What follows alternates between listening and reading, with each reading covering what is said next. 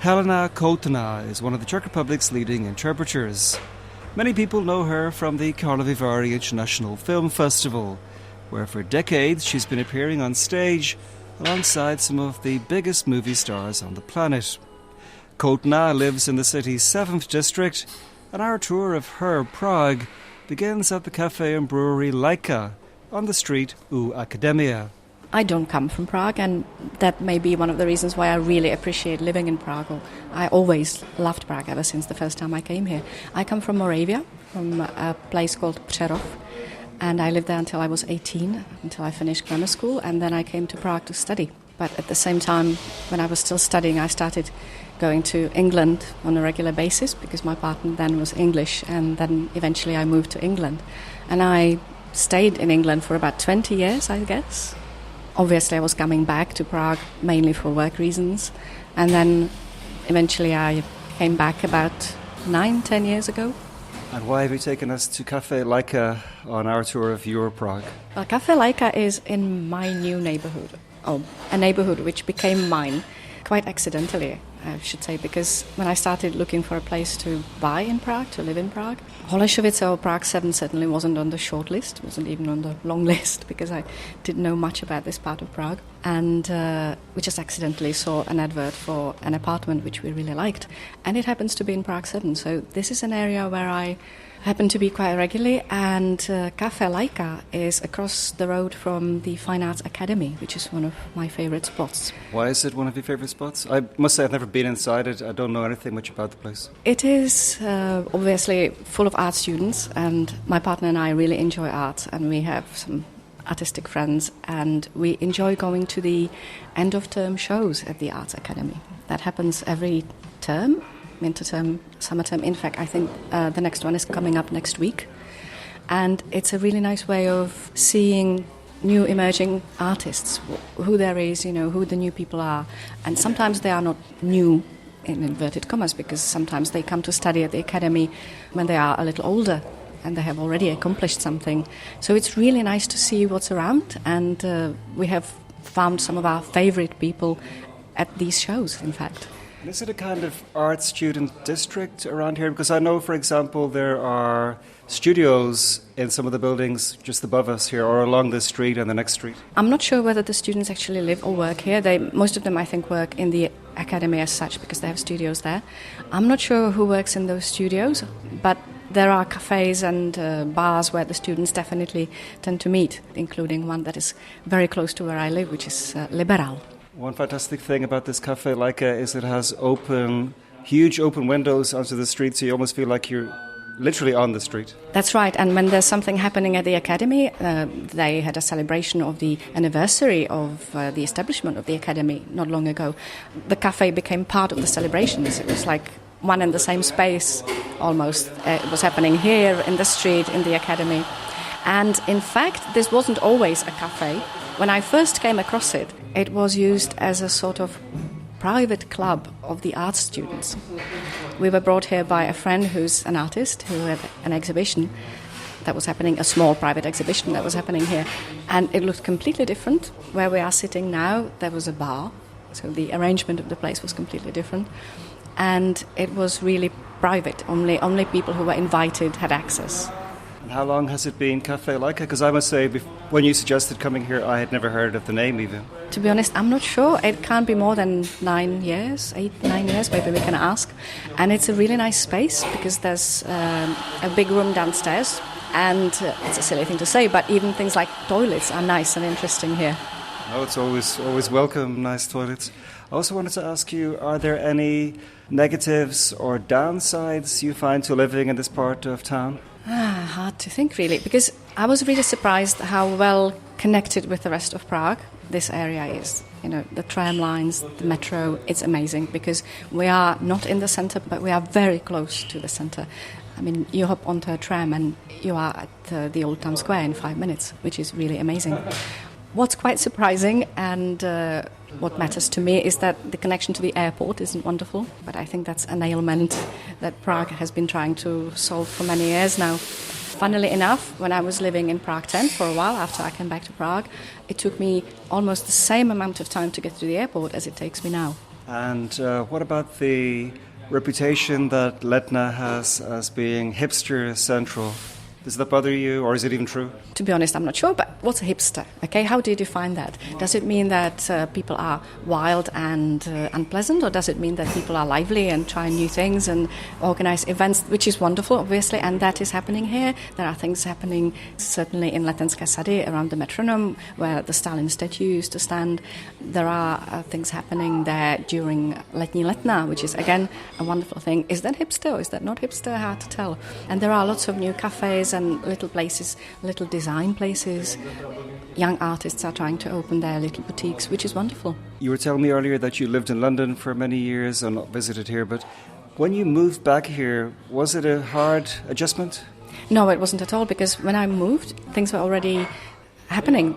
Prague had been transformed during the previous years, and it was a pleasure to be back, and there were things I was used to from London that were coming to Prague, including farmers' markets and little shops. Yeah, no, it wasn't hard at all. And there were things that were working here as opposed to what it was like in London, like public transport. The next port of call on our short journey around Helena Koutná's Prague is mere metres away. Stromovka is one of the city's biggest parks, and certainly its grandest. We stopped to chat by a small pond near a raised area enclosed by trees, right in the middle of the 95-hectare park. It's a really nice spot in Prague. It happens to be close to where I live, and it's actually quite a big piece of nature in the city, which I find really amazing. And it has been there for a long time. To be honest, I don't know the story or the history. I don't know when it was established, but it was here under Rudolf II, I think. And I think it was originally supposed to be his hunting ground. So it was really big. It's a really, really big park. And in the past, there was one huge pond, as far as I know. And now there are many smaller ones. And there are many smaller ones, and they have been multiplying over the recent years, which is, again, something quite wonderful. I think that's something that the city has tried to do, introduce a lot more water features. I wanted to ask you about that, because I lived near here 20 years ago, and it's so long since I've been here, but it feels like it's changed a lot. Has Stromovka been developed a lot over the years? Enormously, yeah. Stromovka has really enormously developed. There are a lot more water features, be they ponds or little fountains, things like that. And they are also trying to do something about the landscaping, the trees. There are a lot of new benches. Some of them are quite interesting designer benches, I would say. There are also a few spots where you can do exercise. There's exercise equipment for people.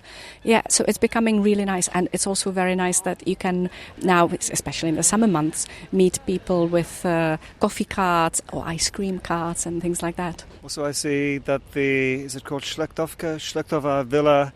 After many years, this wonderful old building has finally been renovated. It has, and it looks beautiful, and I think it hasn't been officially opened to the public yet, or rather it has been opened officially, but I don't think there are many things happening there. But there's supposed to be a restaurant, as far as I know. But now there's actually a little modern cafe sitting next to it, which is also very nice. I guess that's a train going past, is it? Yes, there's a train passing through Stromovka, so if you take a train north, we will go through the park, which again is quite nice, I think. You travel quite a lot for your work. How does Stromovka compare to parks in other European cities for you? Well, I think that it is beautiful. It is definitely beautiful, and it is a place where you want to come and spend some time. What's still missing is more places to sit and have a coffee or have an ice cream or have a lemonade, although there are some new places now that were opened over the past 2 or 3 years. And how manicured would you say it is? To me, it seems just about right, because some parks you go to in some cities, they're overly manicured, at least for me. Yes, I think you are right. Yeah, there are a few areas where I think they are trying to apply the principles of permaculture. So they are letting the grass grow wild, and it's really nice, and dogs can run around and kids can run around. And I think that once a year there's actually this funny event where people come and cut the grass the traditional way. With scythes, I guess. Scythes, as sickles, yes. Sickles. Yes. Do you have a favourite time of year for coming to Stromovka? Probably the spring, because things are really becoming to look really nice and fresh, and there are lots of trees in bloom and flowers, new flowers appearing, and also little animals, little ducklings, because there are actually quite a lot of birds in Stromovka, which is wonderful. But winter is also nice, especially when it's really cold, because with the new water features, there's this new thing that you can do, which is ice skating. You can ice skate on those little ponds. What, are they rent skates or whatever? No, they don't. You have to bring your own. But people do come and do it, and it's fun. I've done it. I was here for the first time in years a couple of weeks ago, and I noticed at the Vistavisha end of the park, it seems that the space has been made more open in some way. I couldn't quite recognise what they had done, but I felt like something was different. Yes, absolutely. For several years now, the city, or I'm not sure if it's the city or if it's Prague 7, the Council of Prague 7, have been trying to interconnect the two because they used to be separated by a fence. And it was unfriendly and strange and unnecessary because they are both very nice areas. And they have been opened gradually, so you can walk through now freely. And also, you may remember that several years ago, one of the wings of the industrial palace at the trade grounds burned down, and now finally it's being rebuilt. Our lovely late morning stroll continues to the other side of Stromovka, across the island Císařský Ostrov to the Troja district. It's home to Prague's Botanical Garden, a spot where Helena Koutná is quite a regular visitor. Botanical Gardens is a really nice and peaceful place, and you can spend the whole day here if you are so inclined. You can come and have a picnic when the weather is good. There are a few cafes now where you can buy a drink or hot dog or whatever, or you can bring your own stuff, and it's a modern garden, so there's even a Wi-Fi hotspot. So if you need to, you can spend the day working here, and it's fun to come here all year round because it keeps changing. There's a lot of work going on in the garden. The plants keep changing. It's never boring. And it's wonderful in the spring, lots of colours, and also different colours in the autumn. What's your favourite part of the garden? I really like a place with a little pond, with a statue of a giant leaping frog. And there are also, usually when the pond is open, there are some turtles during the summer season, so it's fun to watch them. And it's very peaceful and shady as well. Are you a frequent visitor? I know when we came in you had like a pass or like a season ticket. Yes, I don't come here as often as I should, given that I have the pass, or as I would like to, I should say. But yes, I really like coming here, and it's a nice walk from where I live, through Stromovka, all the way to here. On our way up here, we passed above the Troja Chateau a vineyard. Is that a working vineyard? It's definitely a working vineyard, and there's also a little wine bar which is currently being renovated as far as I know, but you can actually drink wine from that vineyard in that wine bar. Also, I've got to say, on our way up here, the views are really something. Yes, the garden is on a hill. Prague is a city of hills, which I think makes it quite special, one of the things that make it special.